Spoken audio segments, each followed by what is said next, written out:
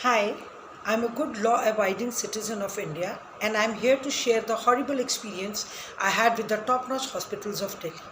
Past 2 days, I'm not able to come out of the trauma what I faced at the hands of Medanta Hospital, Gurgaon. My son, who is an adult, needs a blood procedure every month because of a lifestyle condition he has past 25 years.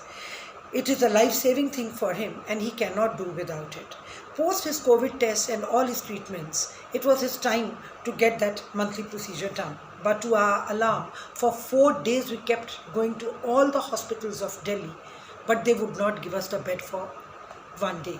All they were interested was to take the bed for at least 10 to 12 days, and that too after paying a package of 15 to 20 lakhs. I kept on saying that he just needs a blood transfusion, a blood procedure, which will just take 4 hours and which is a routine with every hospital and they know about it. But they would not listen to us. I kept going to all the top notch and even the small hospitals. I went to Max Saket, I went to Colmet, I went to City Hospital, I went to Apollo Hospital.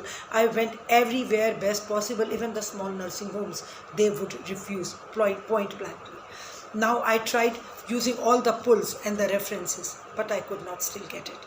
After long wait, my brother tried his best and then he got me a room at Medanta Hospital in Gurgaon.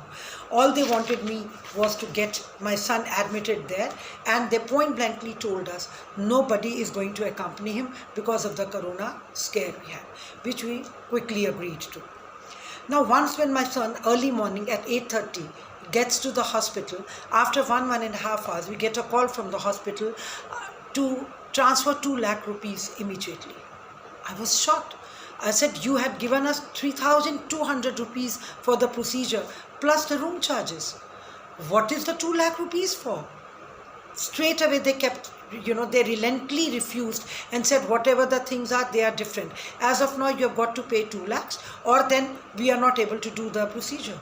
I argued with them. I made them understand, and we will not believe they started negotiating with me like a sabji mandi. They said, okay, how much are you ready to give? Would you give 1.5? Okay, would you give 1 lakh? Okay, give us 90,000 rupiah.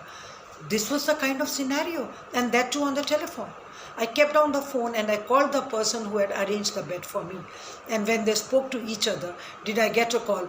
Okay, ma'am, you can deposit 25,000 rupees. Which was also more, but then I just kept quiet and we transferred the money. Now my son, who's there in the hospital at 8:30 in the morning, the whole day till 6:30, nobody entered his room. Neither a nurse, nor a doctor, nor a peon. He kept asking for a glass of water. He kept asking for hot water. He kept asking for lunch. He wanted to talk to the doctors, but nobody would come. He kept ringing bell. Nobody would come. Till 6:30 in the evening, nobody came. At 9:30 afterwards, at 9:30 in the night, the procedure began, that too without the doctor. The nurse came in and she started the procedure and she went away. Crossing our fingers and doing the prayers, we said, okay, let the things go on smoothly. And little did we realize when we came to know that the procedure, only half the procedure they were giving. I again started calling doctors in the middle of the night, to which they said, oh, okay, they totally forgot about it and never mind, they'll do early in the morning. We again kept quiet and we prayed, and then early in the morning they began the procedure, which ended at 8 o'clock. Now my son was ready to be discharged. He was all ready. We started calling at the hospital and they again started with the same negotiations. You have to pay this much amount of money more and then only can you discharge your son. That was again something which made us numb. How can they talk like this? I again called that person in between, and that person also just said, whatever best you can do, you do and just get out of it. It completely shook us. What is this all about? But because our son was there, we agreed to it. We again transferred the amount of money they wanted.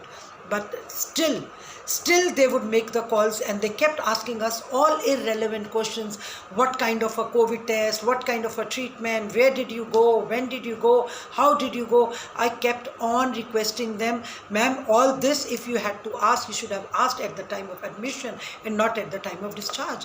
When my son has finished with his procedure, payments are paid, discharge slip is made, summary is written, why are you not allowing him to go? To this, they started again asking different questions. And in the meantime, my son called me that, Mom, there is a nurse who has come with 12 or 15 vials and they want to take my blood.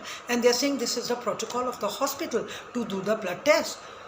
I kind of screamed on the phone, do not let them touch anything of yours, Tell them we do not want any test and that you are going to get discharged.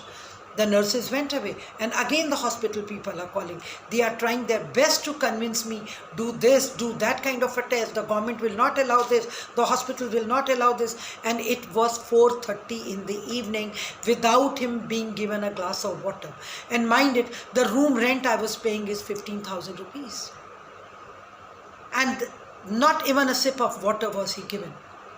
Then at the time at 4:30, I lost my mind. I started screaming.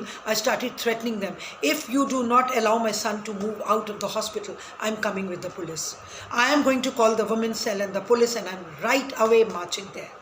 To which they call my son and they say, your mom is speaking rudely to us, and whatever best and done, you want to go, you go. We are not going to allow you to go from the lift from here, He was on the 11th floor. 10 times he went till the lift, but the lifts were locked. They would not allow him to go down. It was like as if he was made a hostage. He was made a hostage in the hospital just for to meet their demands. Just to meet their demands, he was made a hostage in the hospital. He was shit scared. What to do?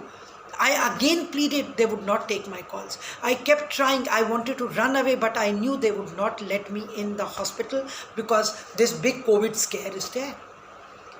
I again called the person who was in charge, but they also kept, switched off their phones.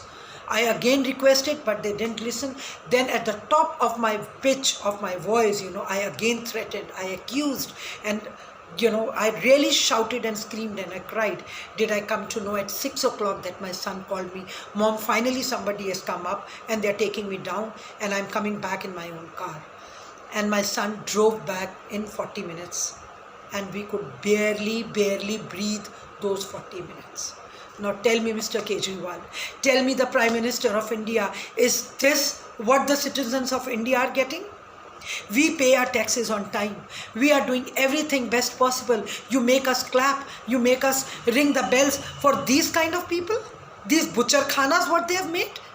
Save us from these butchers. Save us from these butchers. Today I'm an educated and aware woman. I could still fight. I could still argue. How about the people who succumb to their threats, who succumb to the scare what they put in them?